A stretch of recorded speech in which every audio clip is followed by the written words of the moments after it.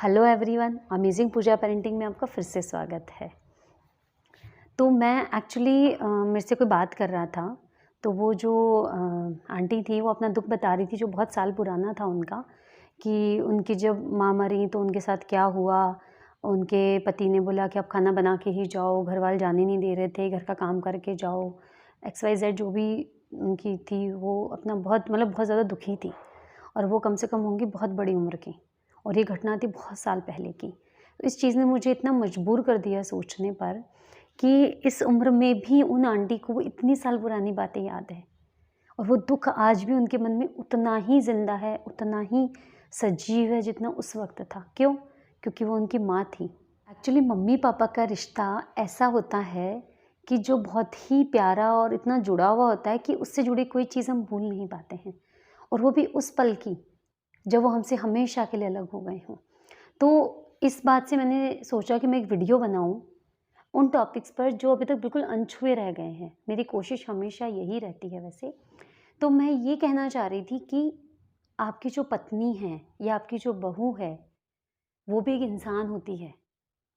उसके भी रिश्ते उतने ही करीबी, उतने ही टचिंग होते हैं जितने आपके अपने हैं। अगर आपको अपने माता-पिता से प्यार है, तो आप ऐसा कैसे सोच सकते हैं कि उसको अपने माता-पिता से कम प्यार होगा? अनोखे आप ही के तो माता-पिता नहीं है ना। दुनिया का हर इंसान अपने माँ-बाप से उतना ही बेइंतहा प्यार करता है, जितना हम अपने माँ-बाप से करते हैं। हम उसको कंपैरिज़न नहीं कर सकते हैं कि मैं तो अपने पापा से ज़्यादा प्यार करता हूँ।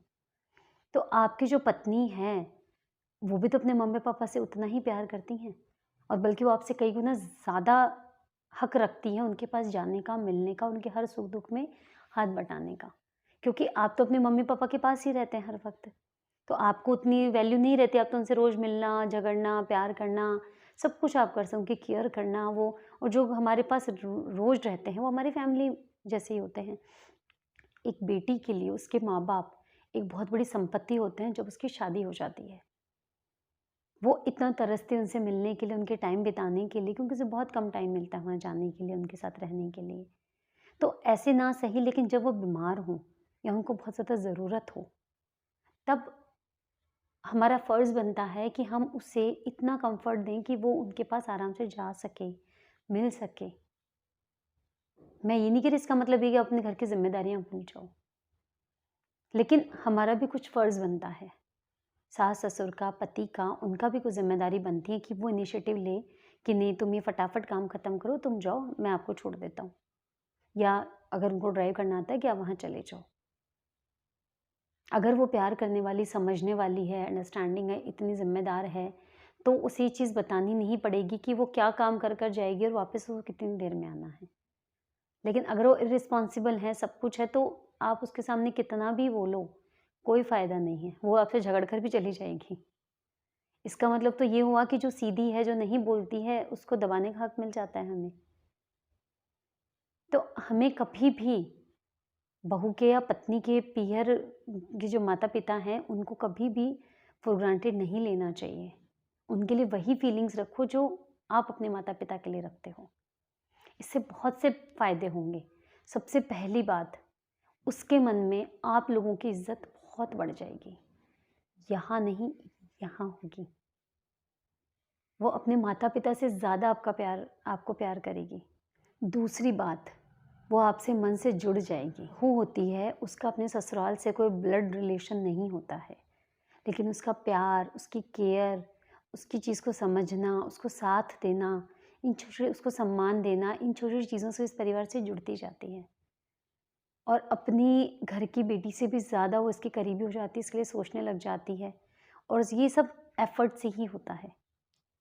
तो छोटी-छोटी बातें जिनका ध्यान रखकर हम अपने परिवार में, अपने रिश्तों में बहुत खुशियाँ बढ़ सकते हैं। सबसे पहली बात है कि अगर उसके पेरेंट्स बीमार हैं या इस स्थिति में नहीं है कि ज़्यादा मूवमेंट कर पाए, उसको हमेशा चिंता रहती है, तो उसे कम्फ़र्ट लेवल दें कि जब भी वो फ्री हो, जब उसका मन करे, सारे काम ख़त्म करके वो जा सकती है टेंशन फ्री। उसको ऐसे गिल्ट फ़ील ना हो कि मैं कैसे बात करूँ, अभी तो मैं जाके आई हूँ, 4 दिन बाद मैं फिर कह रही हूँ। अगर सिटी में ही हैं वो, आपको कोई डिस्टर्ब नहीं हो रहा है, अगर सबका खाना बना दिया है और वो अगर 2-3 घंटे के लिए जाना चाहती है मिलने के लिए, कोई बात नहीं, आप कह सकते हो कि बेटा जब कभी कम का काम खत्म कम हो, ऐसा कुछ हो, आप चले जाया करो, मन पे बोझ मत लिया करो। दूसरी बात कि हो सकता है आजकल एक ही बच्चा, 2 बच्चे ही करते हैं। आपकी पत्नी अगर सिर्फ़ बहनें ही हैं या उसके भाई नहीं हैं या फिर वो अकेली है या उसके भाई अच्छे नहीं हैं जो अपने माता-पिता को साथ दें और वो अकेले रहते हैं उसके पेरेंट्स, तो आपकी ज़िम्मेदारी बनती है कि आप भी उनके साथ जाएँ, उनको कुछ जो थोड़ी बहुत हेल्प की ज़रूरत हो वो आप करें।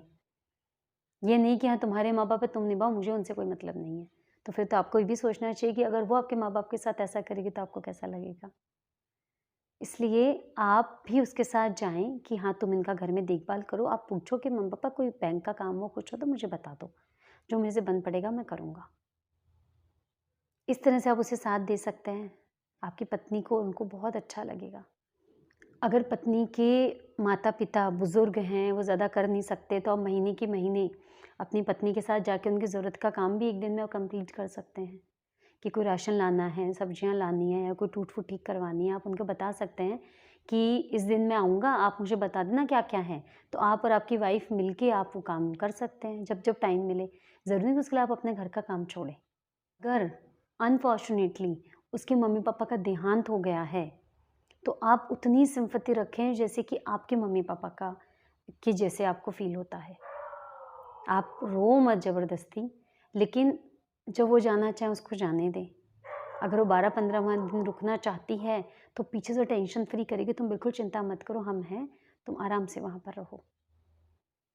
अगर उनको दिन पूरे हो गए हैं, वो घर आई, उसके बाद कोई त्योहार आ रहा है, तो उसे बहुत धूम-धाम से ना मनाएँ। आप सोचो उसे कितना दुःख होगा।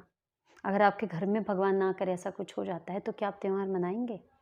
तो उसके माँ-बाप के जाने के बाद अब आपसे करते हुए आपकी आत्मा कैसे मान जाएगी?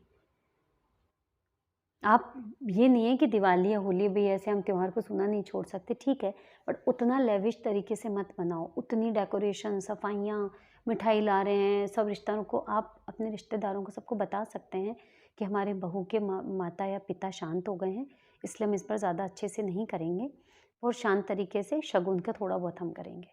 दूसरी बात, आपके इस इनिशिएटिव से आपके जो रिलेटिव्स हैं, वो बहुत कुछ सीखेंगे, बहुत कुछ। तो आप उनके लिए भी एक उदाहरण बन सकते हैं। आप जब भी वो दुखी हो उसको थोड़ा टाइम दीजिए। धीरे-धीरे उसको नॉर्मल कीजिए, हँसिए, बोलिए, सब करिए लेकिन धीरे-धीरे उसको थोड़ा-सा नॉर्मल करने की कोशिश कीजिए। और अगर वो उसके बाद जाना चाहे, मान लो उसके पापा शांत हो गए, माँ अकेली है या मम्मी शांत हो गई, पापा अकेले हैं, तो भी उसको आप सपोर्ट करें कि नहीं बेटा आप थोड़े-थोड़े दिन से मिलने जाते रहा करो। उनको अकेलापन लगेगा। ठीक है, ऐसा ऐसा पॉइंट है जिसके बारे में कोई सोचता नहीं है। सोचती तो सिर्फ़ वो पत्नी या वो बहू, वो स्त्री जो इस दुःख से गुज़रती है। जो इस इतनी बुज़ुर्ग महिला के मन में अपनी इतना पुराना सालों पुराना दुःख जो बिल्कुल निकल के आ रहा था, तो वो चीज़ नहीं आनी चाहिए।